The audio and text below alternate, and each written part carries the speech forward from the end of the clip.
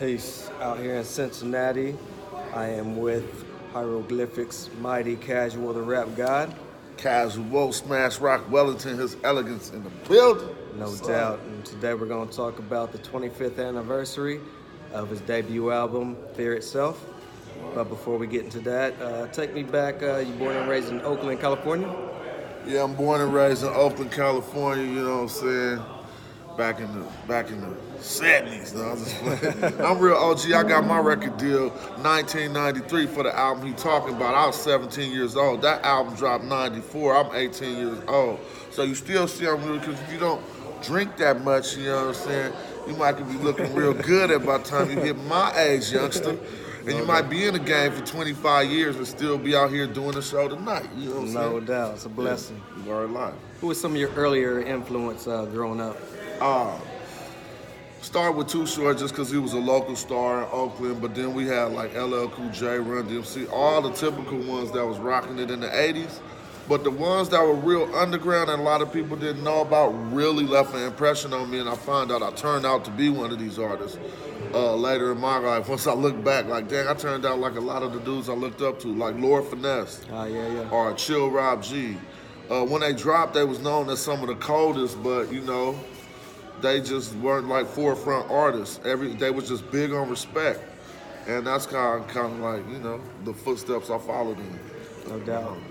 So what was your early taste of hip-hop growing up in the Bay? What was your first introduction to hip-hop? Listening to my older sister radio playing Too Short tapes and hearing hella cuss words and being like, ooh. It was like a little bad or something. Like, I was like, ooh, this is, mama wouldn't want me to hear this, but I want to hear it. Right. But earlier than that, coming straight up out of breakdancing, you know, first tunes you was pop locking to was look like, that'd be like electric tunes, but they'd have a little hippity hot on top, you know what I'm saying? So I wasn't really focusing on the rhyme schemes at that early age, 6, 7.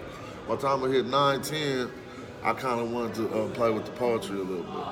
Did you start out as a battle rapper first? Actually, I did, but I wasn't saying my own rap. My career started when I wrote my own version to The Real Roxanne, a reply to The Real Roxanne, and I went outside on my block and I recited the verse to one of my homies, and he didn't believe that he didn't believe I wrote it. He's like, you didn't write that. He was like, where you come? How you know that? Like, and I was like, fool, I just wrote it in the house. And he was like, no, you didn't. So I said, all right. I went back in the house and wrote another one that didn't have nothing to do with Roxanne, you feel me? And I came back outside the next day and I spit it. And they was like, dang, you did write that. You kind of raw. You know what I'm saying? And then I just kept rapping. So how hard was it to transition from battle rapper to now you have to write songs? Nah, I really never made that transition. I mean, to me, it wasn't transitional. Being a battle rapper it wasn't a genre for an MC back then. You was just a MC who would battle. But it wasn't like you built up your whole career based on the fact that you got into certain lyrical confrontations. How it is now is certain people who only do lyrical confrontations and they don't even make songs. Back then, it was about getting a record deal, and if you had to prove your skills, you would get into a battle. But a battle wasn't something everybody got into, you know what I'm saying? And so certain MCs who would battle then people would start knowing them as, I wouldn't say it's call you a battle rapper that early on, but they just knew you was with it, you know what I'm saying? And so I never felt like I was making any transition. I always wanted to make songs, but a lot of my songs is about battling and being the best, you feel me? No So doubt. it really wasn't no transition. It was just like here it is. So how did you first get down with the Hieroglyphic crew? We formed that crew together at a battle, believe it or not. Me battling the Souls of Mystery, or me battling A+ and Tajay before the Souls of Mystery was formed. We were just neighborhood buddies, and we were bored one day. It wasn't like we had some big vendetta out for each other. They were walking home. I think me and my boy was out on the block rapping already, and we started a little rhyme session. And then the next day they brought Dale, and Dale was like, instead of battling, we should just go start a crew. I was like, that sounds like a good idea. And we went up to A Plus's house and thought of crew names and stuff. So Dell got the ball rolling. Yeah. So what was it like to get the crew signed to Jive Records? Was there a bidding war before you guys signed to Yeah, Jive? it was, because we had a lot of hype and buzz in the late 90s. It was something brand new we was doing. And so my first deal wasn't from Jive. My first deal was from, actually my first deal was a local deal from a small group called APG, Action Packed Gangsters from Oakland.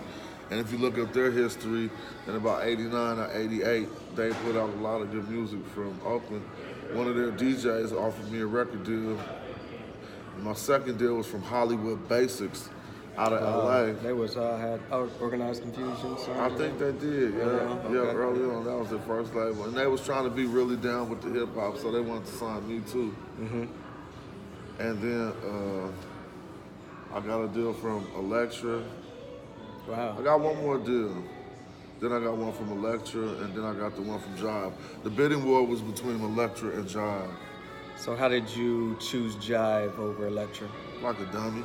My homegirl Sophia, she just was really good at making me feel like that's where I needed to be. She was a woman, and you know, the other A&R was a man. And so she always could put the charm on me quicker than a man could. You know what I'm saying? Like, oh, right. Rubbing all on you, making you feel like that's the place where you want to be. And so you like, I'm just going to go over here because she got love for me. And she did have love for me.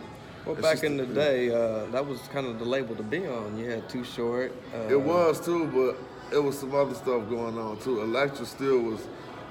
I respected Elektra more because of the hip hop, because Dante Ross was the actual figure who signed De La Soul, signed Tribe Called Quest, signed Dell. He signed all these legendary acts. He was still in the picture. He was the actual man who wanted to sign me, as opposed to at Jive.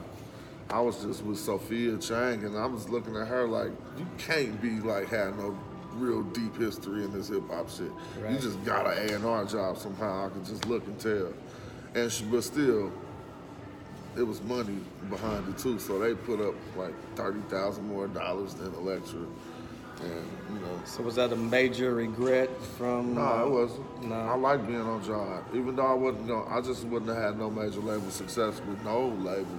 None of us did. We weren't major label artists. Well, that's back when major labels thought that they would be able to milk more money out of underground artists. And so they were signing guys like us. But then when they start seeing like they was upside down in a lot of their investments, because we didn't want to make music that was just like, gonna bring you your investment back real quick. Right. We was long-term investments, you know what I'm saying? Right. Cool.